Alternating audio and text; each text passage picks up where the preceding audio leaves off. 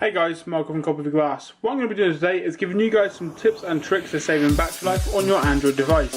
I'm going to be working with an Nexus 4, but this is going to apply to pretty much any Android device, and in some instances just in general to mobile devices. So let's take a look now.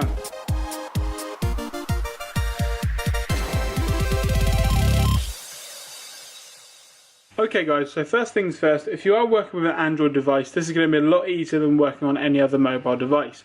Just for the plain reason that if you do go into the settings on your Android device, it does have a dedicated battery section which tells you exactly what is eating up your battery and how much of it. Now in pretty much every instance, no matter what phone or what tablet you are going to be using, the screen is going to be using most amount of battery.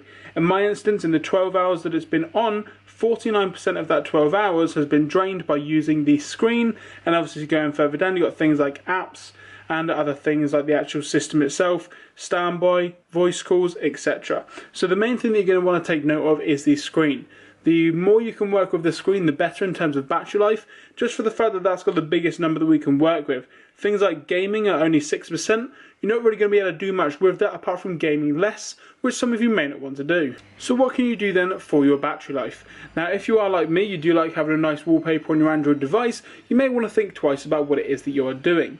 Obviously with the Android devices and just in general mobile devices, the lower the screen brightness, the longer your battery is going to last. That is just common sense, and that's pretty much what most people do to save battery life. They reduce the screen brightness. But what if you don't want to reduce that screen brightness because you do like looking at your screen, because after all that is why you got the phone and that's what you're going to be looking at 99% of the time while using the actual phone. So one thing that I would advise is not having anything bright on your background like I have here. Obviously the less bright things you can have on your wallpaper the better, just for the fact that obviously it's going to kind of simulate having a lower brightness. If I just go into my wallpaper now, pretty sure I've got a grey one here for instance. If I apply that, you can see the difference straight away. Now obviously there are some nicer, darker wallpapers than the one I've just chosen here for an example, but obviously I just thought I'd give you guys a quick idea of how it will save your battery life.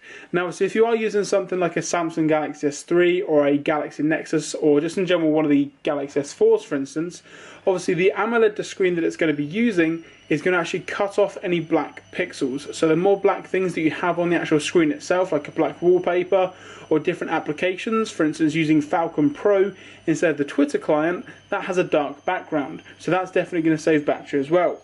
But obviously the main thing that you can do is jump into your settings, go onto your brightness and turn the brightness down to suit your needs. Obviously when you are in your house or in your flat you want to have it quite low because you're going to have some, artificial lighting. And when you are out and about, because of sunlight and things, you want to kind of crank it up so that you're going to be able to see it a bit better. Now I also just want to get rid of some myths that come along with using a lithium-ion battery. Basically, when you first get your device, you do not have to charge the device up to 100% from flat. It does not affect the battery life whatsoever. Or people that do kind of drain the battery, they kind of start using it straight away, put it right down to 0, then get it right back up to 100 as quick as possible. Again, that doesn't really help with the battery life. The way that the battery works, it has kind of power conserving things in it anyway. So as well as when you are kind of using the phone for the first time, when you actually charge the device, a lot of people also think that it's best to take the phone off charge when it gets to 100%. Now again, that is a complete myth, because most batteries in phones like the ones we use these days, they actually cut off the actual percentage. If you could look at a graph, for instance, of battery percentage, you would see that when it gets to near about 100, let's say 97%, it's going to go from 97 to 100, 97 to 100, and keep doing that until you then take it off of the charge. The moment you take it off of that charge, it will be at 100% and ready for your day.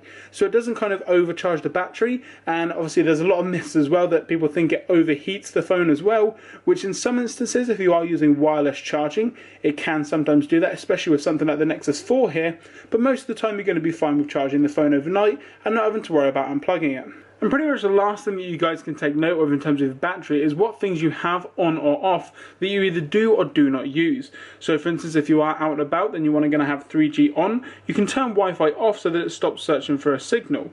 And vice versa, if you are in the home, you may want to have your Wi-Fi on and maybe turn your mobile data off. Now with things like 4G phones, which obviously everyone knows the Nexus 4 isn't a 4G phone, Obviously that signal is going to use a lot more than 3G and also Wi-Fi. So you're definitely going to have as much Wi-Fi as you can when using a 4G phone, just for the fact that it's definitely going to save on that signal. Now the difference between Wi-Fi and a 3G signal isn't really that much, but you will definitely notice it if you're doing it enough times. Also, things that you want to know of are things like NFC as well. If your phone has NFC built into the device like the Nexus 4 does, then if you do not think that you're going to be using it, there's no point having it on. Also, things like Android Beam and things which work off of NFC, you can just turn them on or off really quickly. You don't need to have them on all the time. So I'd maybe recommend just checking the signals and things that you do use to see if you actually do need them. Okay guys, so that's pretty much it in terms of tips that I know about saving battery life. Now a lot of these things are going to work across multiple platforms, including mobile and also tablets, and also different operating systems like Android and iOS.